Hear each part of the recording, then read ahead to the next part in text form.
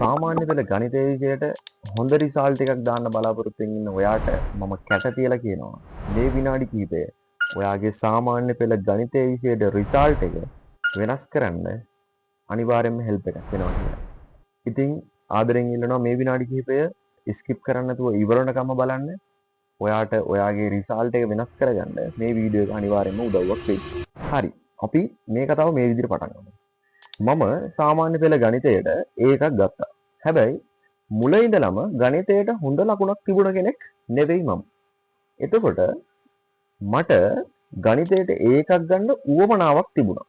මගේ ලකුණ වැඩි කරගන්න උවමනාවක් තිබුණා. ඉතින් මම අවසාන මාස කිහිපය ගණිතය විෂය වෙනුවෙන් වැඩ කරපු වැඩපිළිවෙල ටිකක් වෙනස් කරා. එතකොට ඒ වැඩපිළිවෙලත් එක්ක මට අවසානයේ සාමාන්‍ය පෙළට ගණිතය වෙනුවෙන් ඒකක් ලැබුණා. හරි. එතකොට මට හොඳ ලකුණක් තිබුණේ නැතුව මම කොහොමද සාමාන්‍ය පෙළට ඒකක් ගත්තේ? හරි. අපි කතා කරමු කොහොමද මම ඒකක් ගන්න වැඩ කරේ කියන එක ගැන. ඇත්තටම නම් ඉවල්ලි සාමාන්‍ය පෙළ විභාගයේ ලං වෙනකොට අපිට වැඩ කරන්න තියෙන කාලය ගොඩාක් අඩු වෙනවා. මොකද මම ඉස්කෝලේ යන කාලේ මටත් ඉස්කෝලේ ඉවරලා සතිය දවස් 5ම වගේ හවසට පන්ති වැටුණා. මොකද ඉස්කෝලෙන් හවසට පන්ති දැම්මේ.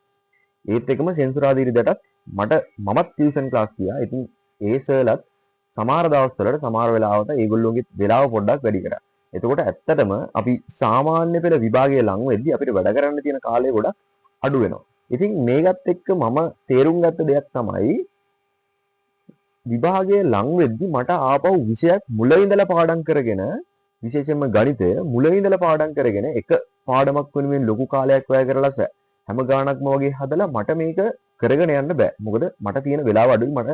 මම තවත් විෂයන් 8කටත් මේ කාලය වෙන් කරන්න ඕනේ කියන නිසා. එතකොට මම හිතාගත්තා මට මේක මුල ඉඳලා කරගෙන එන්න බෑ. මට ඒකට කාලයක් නැහැ. සහ මගේ අවසාන පාඩම් ටික, ඒ කියන්නේ ගණිතය විෂය ගත්තොත් එහෙම මගේ අවසාන පාඩම් ටික මට ආපහු ඒ පාඩමත් හරියට අල්ලගන්නේ නැතුව උගන්නන වෙලාව හරියට අහන් ඉන්නේ නැතුව ගෙදර ඇවිල්ලා ආපහු අලුතෙන් බලලා මුල ඉඳලා මේ දේවලුත් පාඩම් කරලා මුල තියෙන පාඩම් ටිකත් ආපහු බලාගෙන මට මේ වැඩේ කරන්න බෑ. එතකොට මම තේරුම් ගත්ත දෙයක් තමයි මට මේ අලුතෙන් ඉගෙන ගන්න වෙන අවසාන පාඩම් ටික මම ඒ වෙලාවේ උගන්නන වෙලාවේ හරියටම අහගෙන ඉන්න ඕනේ කියන එක. මොකද එතකොට මට ගෙදර ඇවිල්ලා මේ පාඩමෙන් අවශ්‍ය ගණන් ටිකක් හදලා මට මේ පාඩම හරියට මතකයට දාගන්න පුළුවන්. එහෙම නැති වුණොත් වෙන්නේ මම ආපහු මුල ඉඳලම මේක ලාවට ඔලුවට දාගෙන ගියොත් එහෙම මම ගෙදර ඇවිල්ලා ආපහු මුල ඉඳලා මේ පාඩමත් බලන්න ඕනේ. එතකොට මම මුල් පාඩම් ටිකත් මට අමතක වෙලා තියෙන දේවල් මම ආපහු ඒ දේවලුත් මුල ඉඳලා බලන්න වෙනවා. එතකොට මට ඇත්තටම මේකට කාලයක් නැහැ. ඉතින් මම තේරුම් ගත්ත දෙයක් තමයි මේ අවසාන පාඩම් ටික උගන්වන වෙලාවේ ටියුෂන් ක්ලාස් එකේ හෝ ඒ වගේම ඉස්කෝලේදී හෝ මම ඒ පාඩම් ටික හරියට ඒ වෙලාවේදී ඌවමනාවෙන් අහගෙන ප්‍රශ්න තියෙන තැන් ඒ වෙලාවෙම අහගෙන ගුරුවරුන්ගෙන් මම ඒ පාඩම් ටික ඒ වෙලාවෙම ගොඩ දාගන්න ඕනි කියන එක මම තේරුම් ගත්තා. ඉතින් මම ඒ විදිහට මගේ අවසාන පාඩම් ටික වෙනුවෙන් මම අනවශ්‍ය ආපහු කාලයක් ගෙදර ඇවිල්ලා වැය කරන්න තියාගත්තේ නැහැ. ඉතින් ඒ ගෙදර ඇවිල්ලා මට තිබ්බේ ඒ අදාළ ඉස්කෝලෙන් හෝ ටියුෂන් ක්ලාස් එකකින් දෙන වැඩ ටික කරලා ඒ පාඩම සම්පූර්ණයෙන් ඉවර කරලා දාන එක විතරයි. එතකොට මම මේ කාලය අඩුවීමත් එක්ක කොහොමද මගේ වැඩ පිළිවෙල හදාගත්තේ? මට ආපහු පාඩම් මුල ඉඳලා බලන්න කාලයක් නැහැ කියන එක තේරුණ නිසා මම කරේ අවසාන අවුරුදු 5-6 ඇතුළත සාමාන්‍ය පෙළ ගණිතයේ විෂය පාස් පේපර්ස් ටිකක් එකතු කරගත්තා. එතකොට ඔයාලට දැන් ගොඩාක් දුරට ඉන්ටර්නෙට් එකෙන් ඔය හැම එකක්ම මාගින් ස්කීම් එක්කම ඔයාලට හොයාගන්න පුළුවන්. එතකොට මාගින් ස්කීම් නැතත් ඔයගොල්ලන්ට පේපර් එක අනිවාර්යයෙන්ම හොයාගන්න පුළුවන්. හරි. එතකොට කොහොමද මේකත් එක්ක වැඩපිළිවෙල කරගෙන ගියේ? මම ෆුල් පේපර් එකක් අරගෙන මම දන්න ප්‍රශ්න ටික. එතකොට මම එක දවසින් මේ සම්පූර්ණ පේපර් එකක් කරන්න try කරේ නෑ. හරි. එතකොට හැම දවසකම මම ප්‍රශ්න කිහිපයක් කරගෙන යනවා. එතකොට ඒ කරගෙන යන අතරතුරේදී මට මේ මොකක් හරි පාඩමක් මම ඉවර කරලා තියෙනවා. ඒ පාඩමෙන් මට මේ ගාන හදන්න බැරි නම් මම මේ පාඩම බලනවා. ඒ පාඩමේ අදාළ කොටස බලලා මම මේ අදාළ කොටස ක්ලියර් කරගෙන මේ ප්‍රශ්නේ හදනවා. එතකොට මම ආපහු අර පාඩම සම්පූර්ණයෙන්ම බලනවා වෙනුවට මට පුළුවන් මේ ප්‍රශ්නෙට අදාළ කොටස් ටික විතරක් අපිට කොට දාගෙන යන්න. එතකොට මේ පේපර් එකක් සම්පූර්ණයෙන් කරලා ඉවර කරන්න මම දවස් 3ක් විතර අරගත්තා. ඉතින් එතකොට මට දවස් 3ක් විතර තියෙන නිසා මට අනිත් විෂයන් වලට කාලය වෙන් කරගෙන ඒ විෂයන් වලට අදාළව මේ දේවල් ටික කරන්න පුළුවන්. මොකද මම එක දවසේ පේපර් එකක් කරන්න ගියොත් එහෙනම් මට පැය 5ක් පැය 6ක් 7ක් වගේ යන්න පුළුවන් මේ සම්පූර්ණ එක ඉවර කරන්න. මොකද මම නොදන්න කොටස් තියෙන නිසා.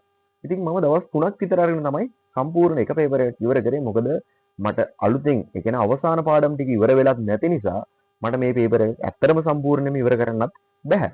ඉතින් මම දන්න ප්‍රශ්න ටික මට මේ වෙනකොට ඉවර කරලා තියෙන පාඩම් වලට අදාළව මම පිළිවෙලට ප්‍රශ්න ටික කරගෙන ආවා. ඉතින් සාමාන්‍යයෙන් ඕගොල්ලෝ පේපර් එකක් 3න් එකක් වගේ එක දවසකට කරන්නේ. ඉතින් මේ විදිහට සම්පූර්ණ පේපර් එකක් කරනකොට ඇත්තටම අපිට අමාරු කොටස් ටිකක් කවර් කරගෙන ලේසියෙන්ම පාඩම් ටික ඉවර කරගන්න පුළුවන්. එතකොට හැම පාඩමක්ම ආපහු මුල ඉඳලා බලාගෙන ආපහු මුල ඉඳලා පිළිවෙලට ගණන් හදාද එන්න අවශ්‍යතාවයක් නැහැ.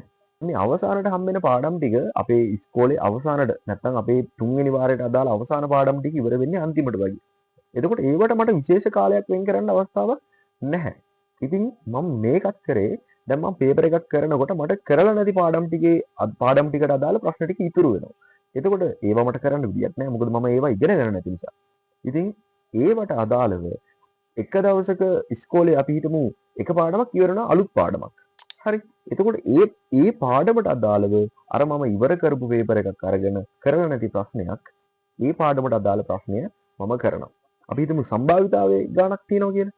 එතකොට සම්භාවිතාවේ පාඩම මට අද තමයි ඉස්කෝලේ ඉවර වෙන්නේ. මම එහෙනම් අද ඇවිල්ලා මම කලින් ඉවර කරපු පේපර් එකක් අරගෙන මම මේ සම්භාවිතාවේ ගාන හදනවා. එතකොට මට සම්භාවිතාවේ පාඩම ඒ ගාන හදනකොට මට අමාරු තැනක් අහුවෙනවා නම් මට පුළුවන් ඒක ගුරුවරයාගෙන් හෙට ගිහිල්ලා අහගෙන නැත්නම් ඉන්ටර්නෙට් එකකින් ඒ වෙලාවෙම හොයාගෙන නැත්නම් තමන්ගේ නෝට්බුක් එකකින් බලලා ඒ ප්‍රශ්නය ඉවර කරලා දාන්න. එතකොට මට ඒ අදාළ පාඩමේ ප්‍රශ්න ටික මම කරගෙන යන ගමන් තමයි මගේ කලින් පාඩම් ටිකක් කවර් වෙනවා.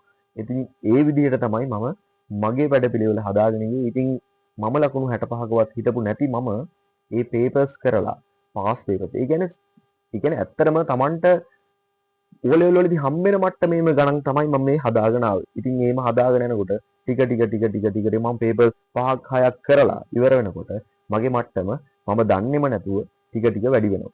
මොකද මගේ ලකුණ එක පේපර් එකකට ලකුණු 5 ගානේ වැඩි වුණත් ඇත්තටම ගත්තොත් එහෙම පේපර්ස් 6ක් කරනකොට මගේ ලකුණු 30ක් වැඩි වෙනවා. එතකොට තමන් ඉන්න මට්ටමේ ඉඳලා එක පේපර් එකකට ලකුණු 5ක් වැඩි කරගෙන තමන් නොදන්න දේවල් ලකුණු 5ක් ගාන එකතු කරගෙන ආවොත් එහෙම ලකුණු 30ක් වැඩි කරගන්න පුළුවන්. ඉතින් ඇත්තටම මම අවසාන වෙනකොට එකම පේපර් එක 3-4 පාරක් කරපු අවස්ථා තිබ්බා. ඒ ප්‍රශ්නයක් නෑ. මොකද අපි එකම තියරි එක අපිට ආපහු ඔළුවට යනවා කියන්නේ අපේ මතකය වැඩි වෙනවා කියන එක. ඉතින් පේපර්ස් ගොඩාක් කරන්න ඕනේ නැහැ. පේපර්ස් 10ක් 15ක් කරන්න ඕනේ නැහැ.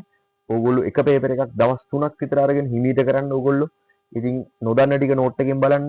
ආපහු මුලින් ඉඳලා නෝට් බලා ඉන්න ඕනේ නැහැ. මොකද අපි දන්නවා පේපර් එක ලකුණු 80ක් වගේ ලොකු ප්‍රමාණයක් හරියටම 80ක් නෙවෙයි 80කට ආසන්න ලකුණු ලොකු ප්‍රමාණයක් එන්නේ අපේ තියරි වලින් 120ක වගේ ප්‍රමාණයකින් තමයි ලකුණු 80ක් 75ක් වගේ ලොකු ප්‍රමාණයක් හැදෙන්නේ. එතකොට අපි මුල ඉඳලා අපි සම්පූර්ණ පාඩමක්ම බලන එක කාලේ අපරාධේ. ඉතින් අපි පේපර් එකක් කරන්නේ අපේ දන්න දේ එළියට දෙන්න. අපි ඒක දැනගන්න ඕන අපි දන්න දේ උපරිමයෙන් එළියට දෙන්න. ඉතින් ඕගොල්ලන්ට අවශ්‍ය පාස් පේපර්ස් මම Google Drive එකකට දාලා මේ වීඩියෝ එකේ description එකේ add කරලා තියෙනවා. ඉතින් ඕගොල්ලන්ට පුළුවන් එතනින් ඕගොල්ලන්ට පාස් පේපර්ස් ටික ගන්න. ඉතින් channel එක subscribe කරන්න. ඔයාලට වැදගත් වෙයි. සාමාන්‍ය පෙළ ලියන ළමයෙක් නම් මේ channel එකේ තියෙන videos ගොඩක් වැදගත් වෙයි. ඉතින් ආරාධනා කරනවා channel එක subscribe කරන්න. වීඩියෝ එකට පහලින් කමෙන්ට් එකක් දාන්න. ඔයාලා මේ වීඩියෝ එකෙන් මොනවා හරි දෙයක් ඉගෙන ගත්තා නම් කමෙන්ට් එකක් දාගෙන යන්න. වීඩියෝ එකට like එකක් දාන්න. එහෙනම් අපි ඊළඟ වීඩියෝ එකෙන් හම්බෙමු. ගණිතයට හොඳ රිසල්ට් එකක් දාන්න. ඔයාලට අනිවාර්යයෙන්ම පුළුවන් වෙන්න කියලා මම ප්‍රාර්ථනා කරනවා.